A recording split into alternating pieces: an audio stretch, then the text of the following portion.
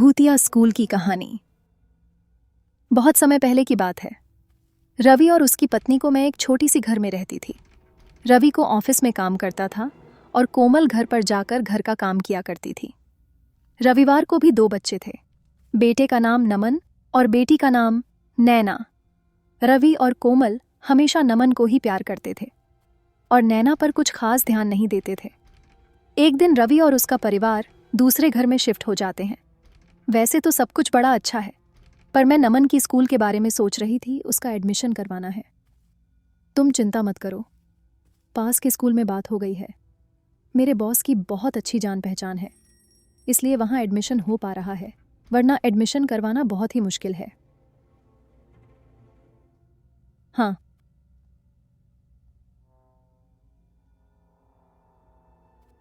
पर एक ही बच्चे का एडमिशन हो सकता है। रवि की पत्नी, तो ठीक है, नमन का एडमिशन करवा दीजिए। नैना, मैं कौन से स्कूल में पढ़ लूँगी माँ? ओहो, पढ़ लिख कर क्या डॉक्टर बनेगी तू? एक दिन शादी करके अपने घर ही तो जाना है तुझे, समझी? नैना बहुत रोती है, लेकिन कोई भी उसकी बात नहीं सुनता। कुछ दिन बाद से नमन स्कूल जाने को तैयार होने लगता है। क्या होता है कि तभी मैंने उसके कमरे में आती है करी राहो, तभी देना उसके कमरे में आती है सुबह। नमन स्कूल जाने के लिए निकल ही रहा होता है कि तभी नैना उसके कमरे में आती है। नमन नैना को देखकर बोलता है, देख मेरा बैग, मेरी बोतल। तुझे पता है मेरा स्कूल कितना सुंदर है, कितने सारे झूले हैं वहाँ। नैना, सच्ची में कितना मज़ा आता होगा ना स्कूल में। मैडम कितना अच्छा पढ़ती होगी ना स्कूल में। नमन, चल पागल, पढ़ना किसको अच्छा लगता है, मुझे तो बस वहाँ झूलों पर झूला और बच्चों के साथ खेलना पसंद है। नैना, ये तुम कैसी बात कर रहे हो भैया? पता है पापा कितने मुश्किल से तुम्हारी पढ़ाई का खर्चा उठा रहे हैं और तुम ऐसी बातें कर रहा हूँ।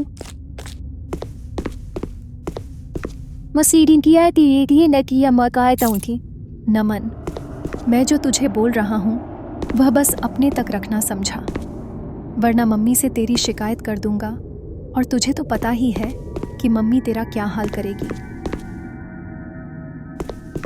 हाँ, हाथ भी। वहाँ कोमल आ जाती है। कितनी देर हो गई नमन, चलो जल्दी। नहीं, स्कूल बस निकल जाएगी। नमन स्कूल के लिए निकल जाता है।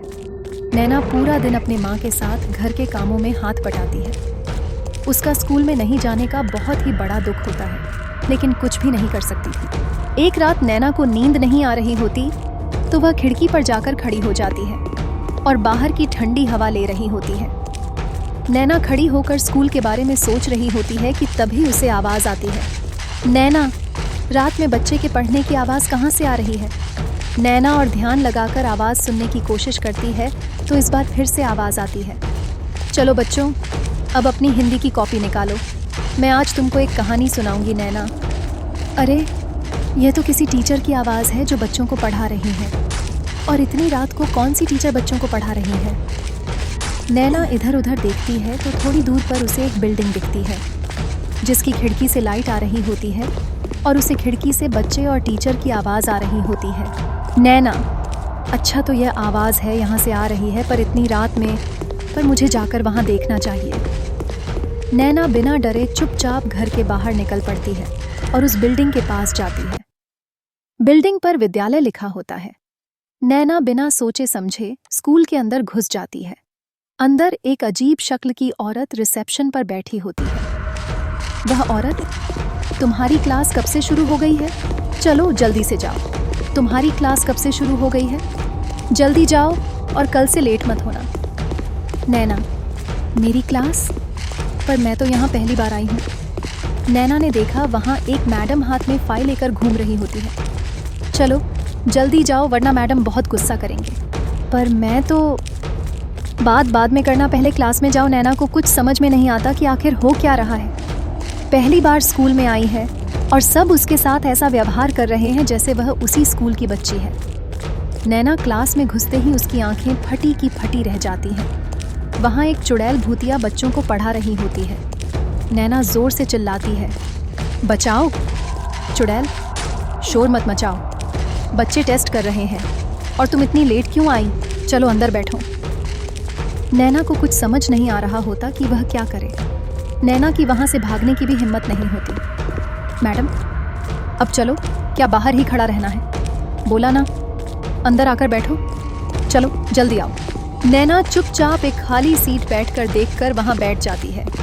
नैना की सीट पर पहले से ही एक नया बैग और उसमें नई किताबें और नई बोतल और भी बहुत सी चीजें होती हैं। वाह, कितना सुंदर है, यह सब तुम्हारा है। चलो अब तुम भी अपनी कॉपी किताब निकालो। मैडम, बाकी बच्चों के साथ ही प्यार और अच्छे से पढ़ाई होती है। नैना अपनी पढ़ाई में लीन हो जाती है कि कुछ ही देर में उसका डर अपने आप खत्म हो जाता है और उसे मज़ा आता है। मैडम सबको थैंक यू बोलती है और नैना को टॉफ़ी देती है और कहती है, कल आना, ठीक है? फिर तुम्हें रोज़ टॉफ़ी मिलेगी। नैना, ठीक है मैडम, लेकिन एक बात का ध्यान रखना। नैना, क्या बात? मैडम, किसी को भी इस स्कूल के बारे में मत बताना, वरना कोई भी तुम्हें यहाँ दोबारा नहीं आने देगा।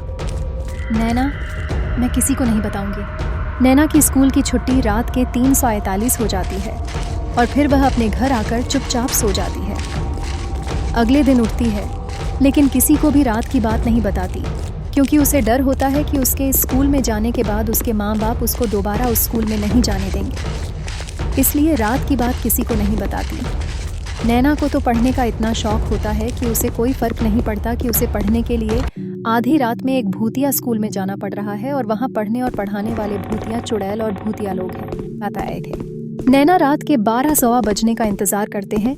जैसे ही 12 बजते हैं, वह दोबारा उसे भूतिया स्कूल में पढ़ने चली जाती है और खूब मन लगाकर पढ़ती है। नैना, कितना अच्छा लग रहा है यार, कितना सीखने को मिल रहा है। भूत, सच में मुझे भी पढ़ने का बहुत शौक है। नैना, पर तुम भूत कैसे बन गए? यह टीचर भी भूत है। भूत, एक दिन इस स्कूल में आग लग गई थी और बहुत से बच्चे और टीचर उसमें जलकर मर गए थे और इस स्कूल का मालिक भी उसी में जलकर मर गया था। उस दिन से यह स्कूल बंद है और हम लोग आज भी अपनी मैडम से पढ़ते हैं। नैना रोज रात को उसी स्कूल में जाती और छोटे बच्चों के साथ क्लास में बैठकर पढ़ाई करके कभी कोई चुड़ैल उन्हें पढ़ाती तो कभी कोई और चुड़ैल, पर सभी चुड़ैल टीचर बहुत अच्छी थी और वह सब बच्चों को खूब प्यार करते हैं। नैना को उसी स्कूल में पढ़ते पढ़ते काफ़ी साल हो जाते हैं और उसकी पढ़ाई पूरी हो जाते हैं। कभी किसी को नैना के स्कूल के बारे में कोई पता नहीं चलता। नमन और नैना काफ़ी बड़े हो जाते हैं। नमन इतने अच्छे स्कूल में पढ़ने के बावजूद भी नालायक होता है और नैना बहुत होशियार हो चुकी होती है। एक दिन कोमल और रवि नमन पर चिल्ला रहे होते हैं, रवि, सब कुछ तेरी पढ़ाई पर लगा दिया, लेकिन तूने सब कुछ बर्बाद कर दिया। जब देखो तब फैल फैल फैल, अब तो हद हो गई है। मेरे पास अब एक भी पैसा नहीं बचा जो मैं तेरी पढ़ाई पर लगा सकूं, समझा? नमन, आपने मेरे ऊपर पैसा लगाए है तो कुछ एहसान नहीं किया है और मैंने अपनी तरफ से पढ़ाई की है। अब मैं फेल हो गया तो इसमें इतना क्या गुस्सा हो रहे हो? कोमल, हे भगवान, इस लड़के को जरा भी शर्म नहीं है। नमन पढ़ने में कभी ध्यान नहीं देता और ऊपर से दिन प्रतिदिन बहुत बदतमीज होता जा रहा था। घर से पैसे तक चुराने शुरू कर दिए थे। एक दिन जब रवि और उसके परिवार के बॉस के घर पार्टी में जाते हैं तो नमन वहां भी चोरी करने लगता है और बॉस उसे चोरी करते हुए रंगे हाथों पकड़ लेता है। रवि का बॉस, ये वही है ना जिसका मैंने एडमिशन करवाया था? देखो तो आज मेरे ही घर में चोरी कर रहा है। रवि, तुमको कल से ऑफिस आने की कोई जरूरत नहीं है, समझे? रवि, सर मेरी क्या गलती है? बॉस, मैं चोर के बाप को नौकरी पर नहीं रख सकता। नमन की हरकत की वजह से रवि की नौकरी चली जाती है। कुछ ही समय में वो लोग सड़क पर आ जाते हैं। उनके घर में खाने को एक दाना भी नहीं रहता है। यह सब देखकर नैना को बहुत दुख होता है। नैना पड़ोस के बच्चों को पढ़ाने लगते हैं और घर का खर्चा चलाने लगती है। रवि कोमल यह जानकर आश्चर्य में पड़ जाते हैं कि बेटी नैना बच्चों को पढ़ाती है। वह बड़ी हैरानी से, नैना तो कभी स्कूल ही नहीं गई तो फिर वह दूसरे बच्चों को कैसे पढ़ा सकती है? कोमल, यही बात सोचकर तो मैं भी परेशान हूँ। एक दिन रवि और कमल नैना से यह बात पूछते हैं, लेकिन नैना बताने से हिचकिचाती है कि उसने इतनी पढ़ाई कहाँ से की। कोमल और रवि नैना के पीछे ही पड़ जाते हैं और नैना को सब सच बताना पड़ता है। नैना की बात सुनकर पर रवि और कमल दंग रह जाते हैं। रवि, तुम पढ़ने के लिए आधी रात को भूतों के स्कूल में जाती थी। यह सब हमारी गलती है। कभी तुम्हारी पढ़ाई को अहमियत नहीं दी, जबकि तुम्हारे अंदर पढ़ने की कितनी लगन थी। हमने उस लड़के पर सारे पैसे लगा दिया, जिसने हमारी इज्जत तक मिट्टी में मिला दी। हमें माफ कर देना बेटी। कोमल और रवि को अपनी गलती का एहसास हो जाता है। नैना उसके बाद कभी उस भूतिया स्कूल में दोबारा नहीं गई, लेकिन वहां के टीचरों को हमेशा दिल से धन्यवाद करती है।